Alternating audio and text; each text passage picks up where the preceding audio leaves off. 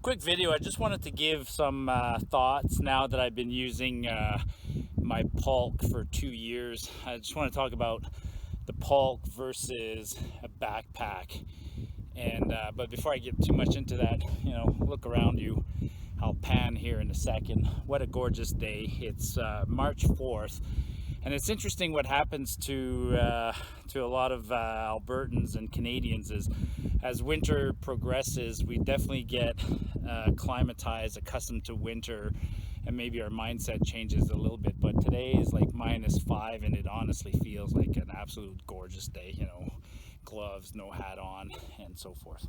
I got more into winter hiking in the last couple of years, as I've said many times in the past. I'm not coaching hockey anymore, so more time to go winter hiking. Winter hiking is fantastic because it allows you to expand your skills and extend your season. You don't have to wait until summer to look forward to hiking. You can hike year round. And I've also said in the past that when you go winter hiking, you typically bring about 25 to 50% more gear to deal with winter. So you need things like more clothing, a better tent, a heavier sleeping bag, tools like a shovel perhaps, maybe more food, lighting, things like that. So you end up carrying more weight. Now, an advantage of winter is that you can build a Pulk, which I did. So if I got a link up here of the Pulk that I built, and the Pulk is just a fancy name for a sled. And the advantage of a sled is that it allows you to carry more weight than on your back, or that's the supposed advantage. So what's my conclusion after a year? Well, I've tried different things. So I've tried just the Pulk with all my gear in there, and then ends up being 50 pounds, and pulling that using a belt, I found that uncomfortable. And an alternative is to not bring a Pulk and throw everything on your back, which is also can be uncomfortable when you bring in a lot of gear, especially bulky gear. And I found for me that what works well is the compromise of carrying gear on my back, but pulling the Pulk and using the pack, attaching the Pulk to the pack and pulling that way. Now I attach the Pulk on my hip belt, so it's still close to my waist, but that's the compromise you've seen in videos that I find works best, is attaching the Pulk to my pack and balancing the weight between stuff I carry on my back and stuff I carry in the Pulk. And what I ended up doing is the bulky items go in the Pulk and the heavier items, let's say, go into my pack. So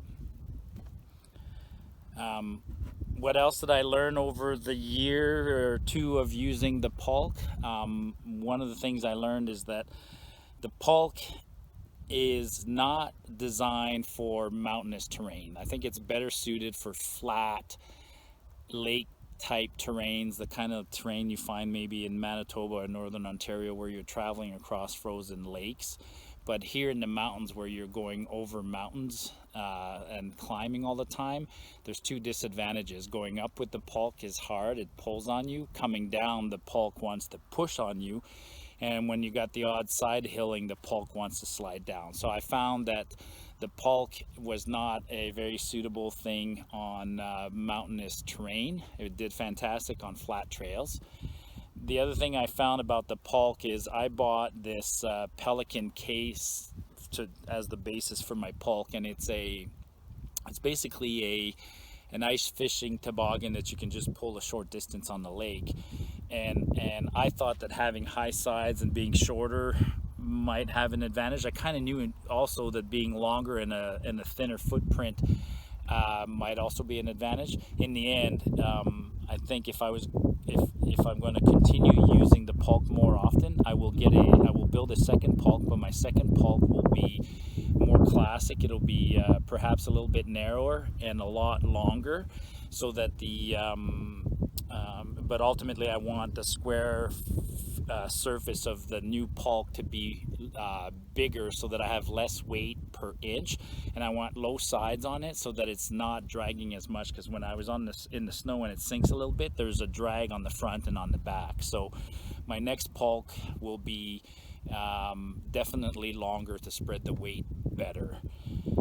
That said, like now the other thing that I did that goes hand in hand with this, one of the reasons I built the Pulk is I thought that one of the key pieces of heavier gear would be the hot tent. I wanted to experiment with the hot tent, and my conclusion with the hot tent is that it's okay if it's going to be a base camp where you're going to be spending a couple of days, and every night or every morning you want a place where you can retreat to, have heat and dry some gear and stuff like that.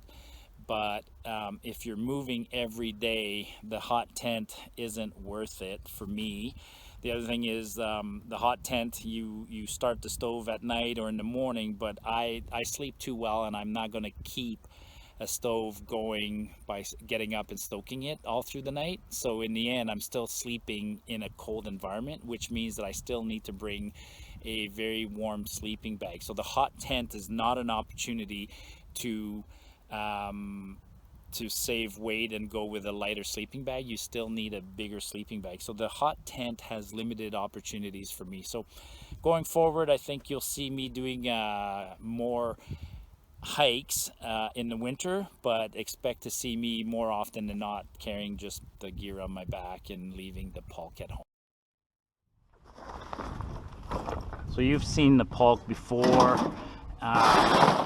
Like I said, this one's about 4 feet long by about 1.5 feet wide, but it has high sides, and in terms of the surface area, it's quite heavy and it has a lot of drag, but it does carry quite a bit of gear. You know, here's an example of the gear that I do carry in the Pulk. So the stove, there are collapsible stoves. I'm cheap. I made a stove, the stove pipes, the shovel, and the saw usually is in there, and other things.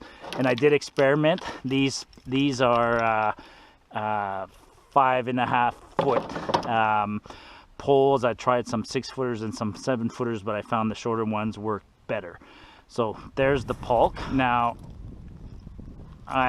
here's the belt that I used, and what I did is I put grommets on the side so that I can attach. So this one I would put it around my waist and attach the Pulk directly.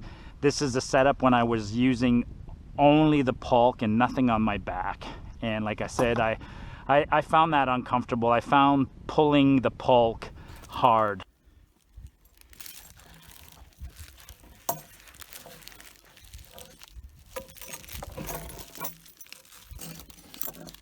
Just basically a tool belt.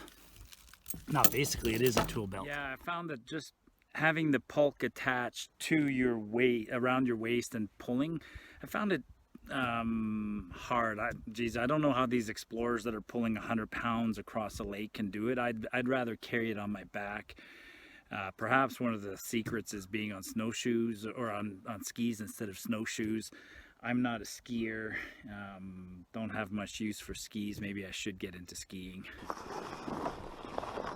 The compromise I came up with, this is my enormous Arcarix Bora 95 pack. So in the winter it's a fantastic pack because I can put a lot of bulk in there and I don't have to worry necessarily about properly loading it. My 46-liter summer pack has to be packed perfectly, and packing perfectly when your hands are frozen is not always easy. So this allows me to be sort of quote unquote careless, and I can just stuff it. But what I did is right at the bottom of the pack, right on the hip here, I put these 2 rings, one on both sides, and that allows me to attach the Pulk directly to my pack while carrying it, and super close to my waist, and I found that was a great compromise. Short and sweet, you know, just a quick video. Let me know your thoughts. Hit the like button, hit the subscribe button. By all means, give me some comments. Curious on what you think about winter camping and Pulk versus backpack. Until next time, Marty telling you, get off the beaten path.